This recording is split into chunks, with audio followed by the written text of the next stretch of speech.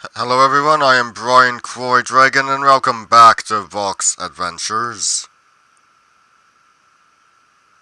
Continuing with our pilgrimage to Valeria Bay. We just keep heading southeast.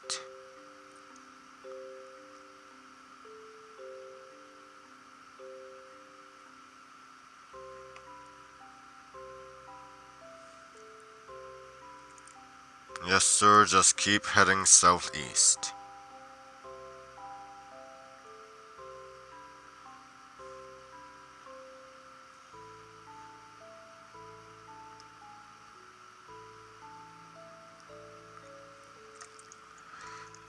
Okay.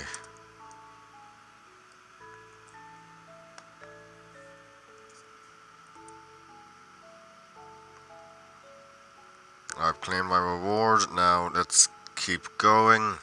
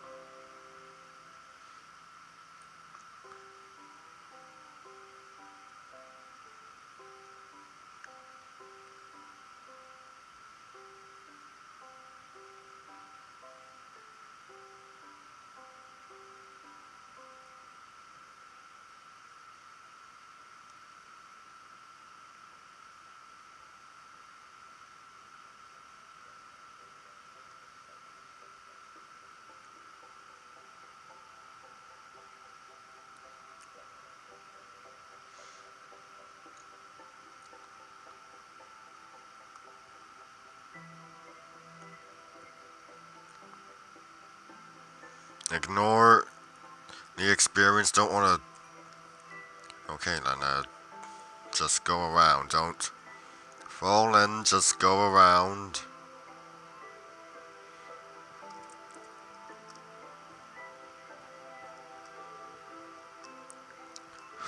Jeez. Come on, need shelter, need shelter. That's not shelter.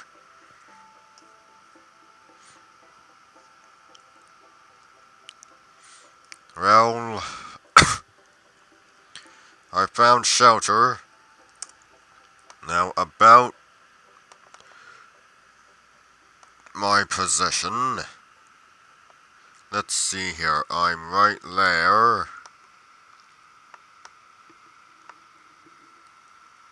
Where's Valeria? It's right there.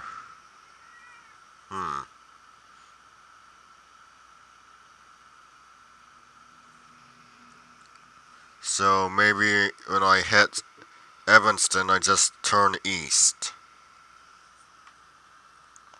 Hey, Alex. What? You're fine. And okay, let's pull up to... Let's get something to listen to.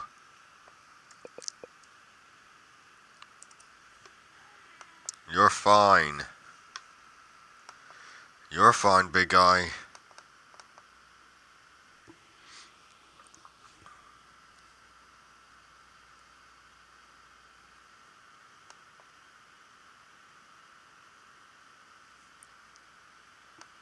Continuing on with the guides from ancient lands, let's do Corpulus. Hey, fetch me another cup and be quick about it. So, Flavius sent you to his old friend Corpulus about a contract? Oh, I fix things, all right. But I think you're a little confused. I don't work with my hands. I got started with Nero. He thought I was his right-hand man. I suppose the twit was right in a way. He was a stupid little puppet, and I pulled his strings.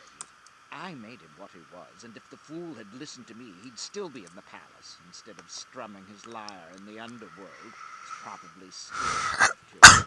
Look, why don't you click me, and I'll tell you how things really get done in Rome. Nero never would have made it to the palace in the first place without my help. You see, his mother Agrippina was married to the Emperor Claudius, who'd already picked his own son to take over when he died. But Agrippina and we had an understanding. She wanted Nero on the throne fast, and I wanted more out of life than a job in the imperial treasury counting the emperor's money. We arranged a nice banquet to celebrate some silly anniversary. Poor old Claudius. My dear, he said, the mushrooms taste a little off tonight, don't you think? He didn't join us for dessert, if you know what I mean. With Claudius out of the way, Nero got down to business. I'll say this for the lad, he wasn't squeamish, but he never could go for the simple solution. Always wanted something flashy. Even when we decided it was time to take his mother out of the picture, he couldn't resist fooling around, concocting poisons, setting booby traps. He even had a boat rigged to fall apart at sea, hoping she'd drown. Things were getting out of hand until I paid some guards to finish her off. As emperor, Nero started out okay. Listened to advice, gave away a lot of grain, threw parties for the golden chariot set. He was really good at first, working the crowd, saying his lines like I taught him, looking a little bigger than life, but not too big. But he didn't pace himself, and he just couldn't resist showing off. See, I actually got to know our hero Nero down at the racetrack before he became emperor. The ponies are a little weakness of mine. Turns out he's not just laying down a few bets, he wants to race himself. Only he's not doing too well. But I make a few suggestions to the right people, and suddenly he's lapping everybody. Sure, that one cost me a bit, but I think of it as an investment. Next thing I know, I'm having dinner at the palace, giving my favorite mushroom recipe to his mother. You had to have a pretty strong stomach to make it through one of Nero's banquets, let me tell you. No, the food was fine. Never had better flamingo flambe in my life. It was the music that put me off my feed. I suppose it's my fault that Nero thought he could sing and play the lyre. I figured it would keep him busy. Instead, he tortures everyone with Greek dithyrambs, and I used to think the screams from the cellar sounded bad. He even toured Greece, won every contest, and came home with a chest full of gold coins. Imagine my surprise. I think that trip pushed him over the edge. At first, nobody minded when he started ordering up statues of himself. It kept a lot of people busy. Work's work, right? But when he put up a big colossus of himself, well, that was too much. He wouldn't even listen to me on that one. He lost his sense of proportion, that's what it was. One day, while we're cooling off after a long spell in the steam room, he tells me he's going to build himself a golden palace. Where? I ask him. Rome's so crowded there's no room left for even a doghouse. There, he says, and he sweeps his hand across half of Rome. Well, to make a long story short, a big fire starts and burns for 9 days. It was my idea to blame the Christians. Then I arranged to buy up all the burned-out land. Nero designed the new mansion himself. To me, it looked like a Persian palace had landed on top of a Greek temple, but I'm no art critic. We even added a lake and vineyards, plus a few guest houses for trusted friends and advisors, like me. It wasn't such a bad deal for the city, either. We rebuilt all the streets, put up lots of new apartments, and I made a few new friends in the construction trades. Oh, those were the days, let me tell you. But the house turned into a major PR problem. And let me give you a piece of advice. Stay away from land deals. Anyway, our great Roman public turned nasty. Armies in the provinces wanted more money. We tried a few treason trials to scare them off, but nothing worked. In the end, Nero gets chased out of Rome and falls to pieces. Then, on his sword, at least. That's the story. Myself, I was busy making a few discreet donations to the Praetorian Guard. Speaking of which, I'm having lunch with a couple of important generals. Click me again, and maybe one of the other guides can teach you a few things. Where's my toga? Well, that's only 3:07 p.m. Thought we, with how long corpseness was going on for, we would have been out walking. Okay, Falco. Hey, I've only got 2 hands. Stop acting like a bunch of barbarians. Look, you want a sausage? You gotta toss up a couple of those shiny little emperors first, huh? I'll be with you in a minute, pal. Keep your toga on. Oof, it's been busy at the big track before, but never like this. I'm Falco, the snack vendor. I work all over Rome, but race fans, they're just about my best customers. And you always see a lot of fine-looking fillies at the track, if you know what I mean. Hey, look, I gotta go get another tray of sausages. Click me if you want to come along. I'm going up to the cheap seats next. By this time of day, those folks are eating out of my hand. Besides, the senators and their wives down in the front rows, they won't give you the time of day. Get this.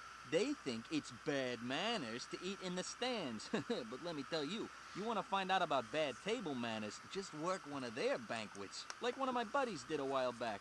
Oof, the things he saw. Well, let's just say I know now why they always put a vomitorium in those mansions. And believe me, I thought I'd seen it all. See, I worked the Coliseum too. Get out of here. You were there last week for the big show with all the boats? Hey, wasn't that something? All that blood and gore from morning till dark. Yeah, that's what you think, all right. But you know, for some reason, gladiator fans really go for those little meat pies. I guess around here there's nothing like a killing to get your appetite going. Like I said, your basic Romans got a pretty strong stomach. Most of us regular folks get by on a lot of bread and this porridge stuff that my mother always tried to cram down my throat. Lately, though, a lot of people have been asking for more exotic stuff. You know, I guess some of them have heard the rumors about the feasts up at the Emperor's Palace. I tell you, if I could get my hands on a flock of flamingos, whoo, I could retire next week. Anyways, have you ever been down inside the Coliseum where the gladiators wait? Us vendors, we have to go down there to pick up supplies. I mean, as you can see, I stay in pretty good shape myself. But those guys, of course, most of them don't stick around too long, so even climbing those stairs all day looks okay to me. Yeah, well, it could be a lot worse. How about having to clean up after the animals they throw at the gladiators? Bears, lions, ostriches. See, I got to talking with one of those guys a couple of months back after they brought in a load of hippos from Egypt. Trust me, you don't want to know. Let's just say he didn't smell like a lotus blossom, okay? As a matter of fact, I headed straight for the baths. There's always a crowd in there. I usually work a couple of hours, then I take a dip myself.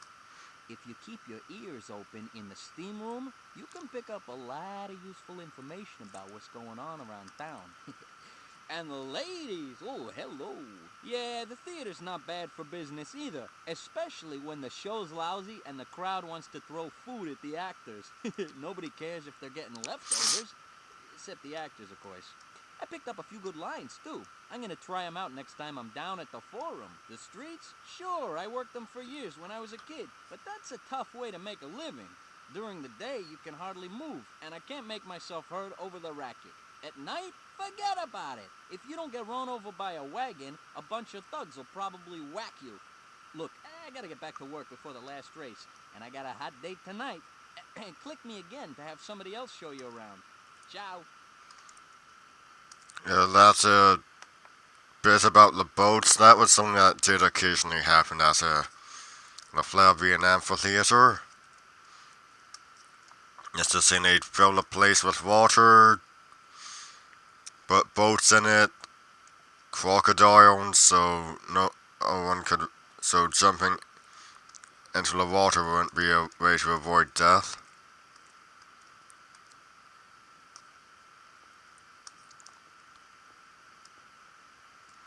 Oh shit! Just keep walking, just keep walking. Just keep. Oh crap.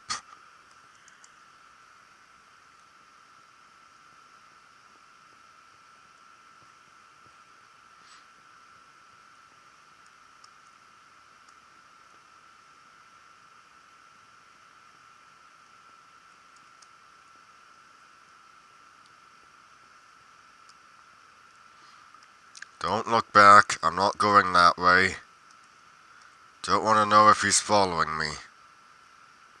Granted, he probably is, but hey, I don't have a bottle of tanner leaf fluid on me, so why should he be following me? Wonder how many people don't get that reference.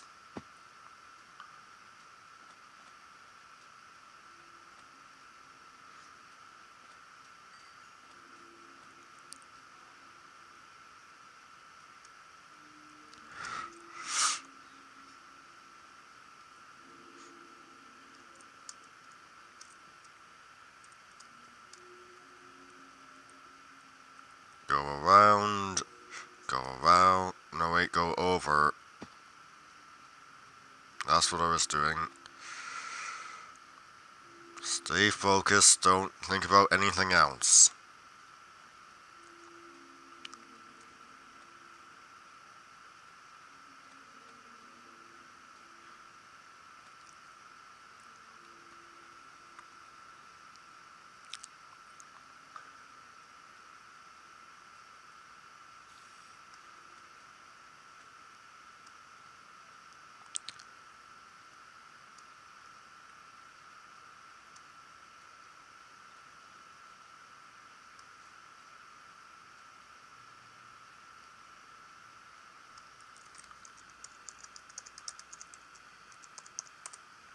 Well, I know there's open spaces here, so why should I not summon Bucephalus?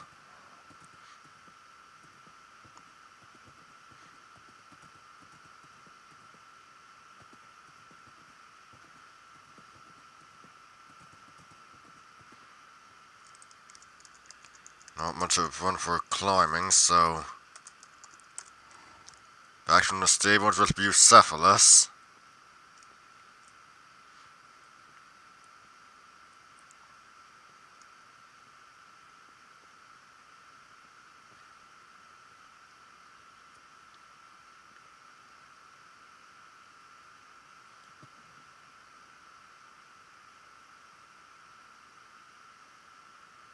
I can see in the shore right there, so there's really no point for the boat.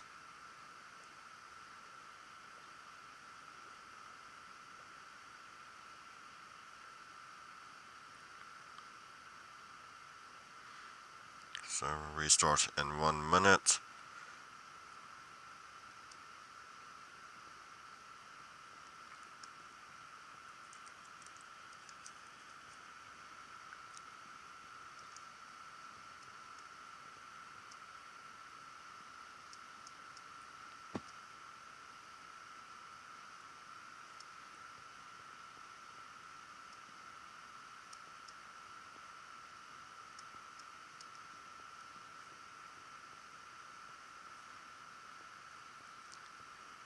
Just do a tad bit of climbing and then I'll do carpet when I get back on after restart. Now it's starting. Hold on. Ender Pearl up there. Where the hell? Whoa! Oh ho ho! Okay, restart. Turn off the music and we'll listen to another guide. Farah, you're up. Shh, we have to be very quiet. Everyone's still asleep. My name's Farah. I'm one of the slaves in this house. I have to sneak around in the morning because the only chance I get to read is real early, before everyone gets up. Nobody's supposed to find out I've been teaching myself to read, okay? I've been borrowing from Gaius's collection of scrolls. He's the oldest son of my owner. School's for citizens' sons. Slave girls are just supposed to do what they're told. But I'm not going to be a slave forever. I want to learn things. If you want to know what my life is really like, click me and I'll tell you all about it. We can talk out here. I wish I could remember more of what it was like in Persia where I grew up. Some of the stories I've read said it was once a great empire, almost as mighty as Rome is today. But I was just a little girl when Roman troops captured our land. I don't remember much about my poor parents or our farm. A slave trader brought me back here. I was really afraid when he told me he'd sell me in Rome. He said young girls always fetch a good price. Farah, do my nails. Farah, fetch my stola. Farah, you've made my hair look like a bird's nest. All day long, my owner's wife yells at me. Doesn't matter how hard I try, she's never satisfied. But it could be a lot worse. Other girls tell me how their owners beat them. One even showed me scars from when she got stuck with hairpins just because she didn't fix the lady's hair just right. I don't know how she puts up with it. At least I'll have a chance to earn my freedom a few years from now when I turn 20. Working in this house really isn't too bad. We all go to Pompeii in the summer because it gets so hot and humid here in Rome. Everybody relaxes a little there, and I don't get bossed around so much. I even get to go to the beach, and there's a beautiful theater. Did you know there was a big earthquake there a few years ago? But nobody seems to care. They just enjoy the seafood and cool breezes. Maybe I'll try to live in Pompeii after I'm freed. Of course, I might stay in Rome. Slaves can become part of the family after they're given their freedom. It's a lot more comfortable in this house than in those apartments you see all over town. I share a room with other slave girls, but at least we have some quiet and a little space to ourselves. My owners rent out the front of the house to shopkeepers. It's sure convenient when I have to get things. And take a peek in here. The atrium pool keeps our well full, so I hardly ever have to go out to collect water. Here's the family shrine. My master's pretty tolerant. He says as long as I respect Roman traditions, I can still worship Mithras, the sun god. It's mainly for soldiers. Women can't even watch the rituals, but it's part of my homeland. Besides, I don't understand those strange Roman gods like Jupiter and Minerva. To tell you the truth, I don't think anyone in the family really believes in them either. But every morning they make offerings. I guess they think it's important to uphold traditions. Oh, look, the sun's coming up. I've got to get going. The shops will be open soon. I'm supposed to get everything we need for a big dinner party tonight. Most of the things I need are right around the corner, but let's go down to the forum where there's a farmer's market. Maybe we'll get to hear a debate. These Romans sure love to talk. But you know, I still don't understand why the Senate even bothers to vote. The emperor always gets his way. Let's see, I'm supposed to get chicken, fish, and a lot of olives. Yesterday I saw a sign on the butcher's wall for fresh pork. Maybe I'll make that special Persian sauce that everybody likes. It's a lot better than the fish gunk that most people dump all over everything. You wouldn't believe some of the stuff I've seen my owners eat. Even mice. None of us slaves would even touch the leftovers that night. If I make a good meal and mend her dresses, I might get to leave the house and go to the theater. I hear they're putting on a play by Terence, and Paris has the starring role. He's so handsome. Of course, slaves don't get to sit very close to the stage, but maybe if I sneak around back, he'll notice me after the play. After all, he started out as a slave himself. Uh-oh, it sounds like my owners are up. They always argue first thing in the morning. I better get breakfast ready, and you better get along yourself. Click me to start another tour. Wale. Right, another guide, Gastronomique Gourmand, one of the two guides of ancient lands who are not from the ancient world, but modern times. Bonjour! Bonjour! Come, join me, Gastronomique Gourmand, as today we prepare the most fantastic meal. Different dishes from all around the world. You had better be hungry. It is always best to start with the bread. Oui, just my opinion, but then I run the show. Let's do a nice round loaf from Mesopotamia, where with the growing of the grain, civilized cooking really began. Of course, the whole place was so hot it was like an oven itself, no? But I love to knead the dough. Well, while we wait for the bread to rise, click me again and we'll start the real cooking. Premiere? Oh, pardon. First, we make some hors d'oeuvres, yes? You think mice? They have been cooked everywhere possible, no? Well, that is why I am the world-famous chef, and you are learning from me. Here, I show you a little trick from the Romans. If you can find really fresh mice, not something the cat drags in, just saute in a little honey, and voila! The perfect beginning, and so easy to prepare ahead of time. Next, I start the first course. I think we do something simple but elegant from Egypt. It is so easy there to find fresh fish and duck along the Nile. And perhaps here we can also get a few vegetables for the main course. Ah, everything looks so good, I cannot decide. Let's do both the duck and the fish. We go on a diet tomorrow, eh? If the Egyptian fish is not available, I think you'll never go wrong with octopus or squid from Greece. The fishermen there They have been doing this for centuries, and they know just where to find the best of these shy but so tasty creatures. Personally, I like the first course to have a little zip. You? I'm not so sure. Here in India, a great place for spices. We find something for every palate. Now you understand why Alexander the Great wanted to come so far, eh? No.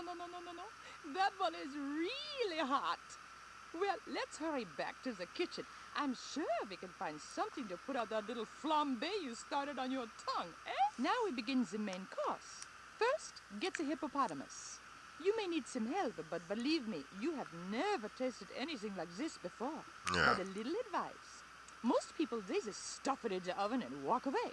That will not do. I insist you tenderize it first. It's a little work, certainly. But your guests will thank you, I am sure.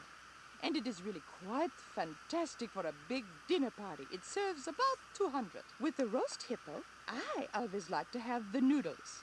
The best, they come from China, where they were invented so many years ago. If Gastromonique say it once, I say it 1,000 times. Use the original ingredients wherever possible. Just drop them quickly in a little boiling water and presto. Now, what to drink? Très important. I think with the hippo, a nice full-bodied Greek wine will do nicely. You can decide for yourself how much water to mix in. Moi, I think 1, 2 drops, that's more than enough. You may think the Aztecs, they are brutal, no? But they give us one fantastic gift that is just the perfect way to finish our meal. I speak, of course, of the chocolate. You think, I suppose, it comes from the Alps? So many people, they make that mistake. Oh, it is so sad, but I see we have run out of time. Perhaps before you go, you can help me lift the hippo out of the oven. No? Well, I manage myself. Click me to choose another guide on your journey. Au revoir. You'd need a pretty big oven if you're cooking hippo.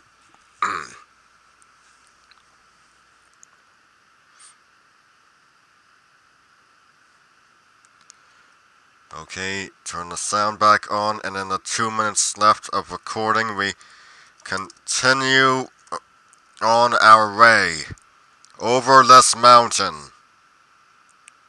I mean, I'll be taking Wednesday off, and I'm pretty much gonna be out of the house all afternoon. Oh shit.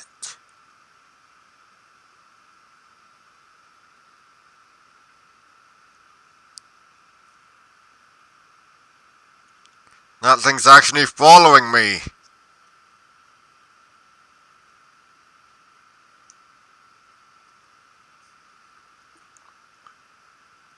Oh no.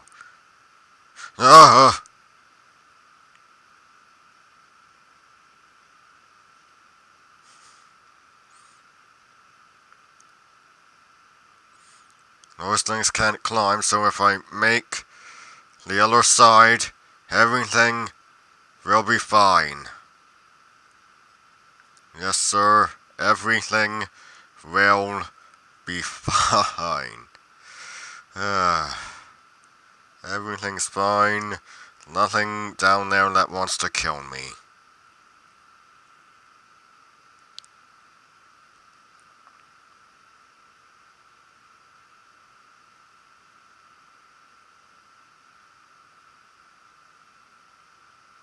I think I'll keep going until carpet finally runs out.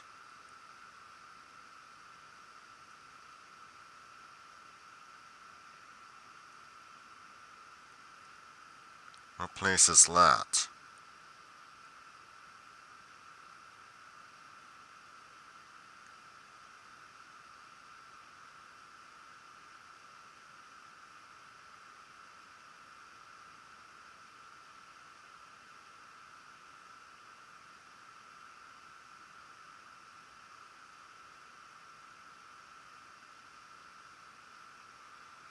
Looks like a Pokeball, that one building, from all the way up here.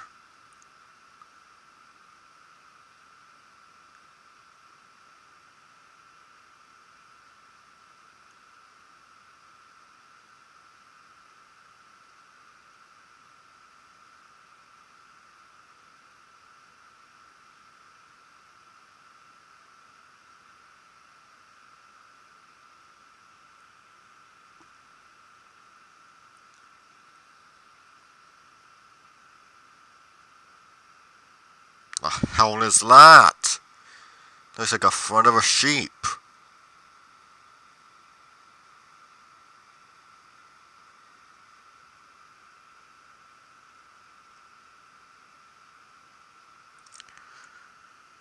Evanston, so, yeah.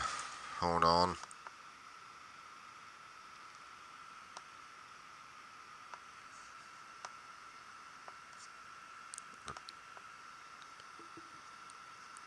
Just take a right at Evanston and we should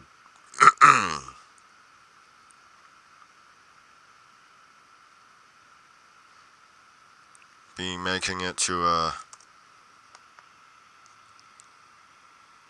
Valeria Bay sometime next recording. Okay, down we go.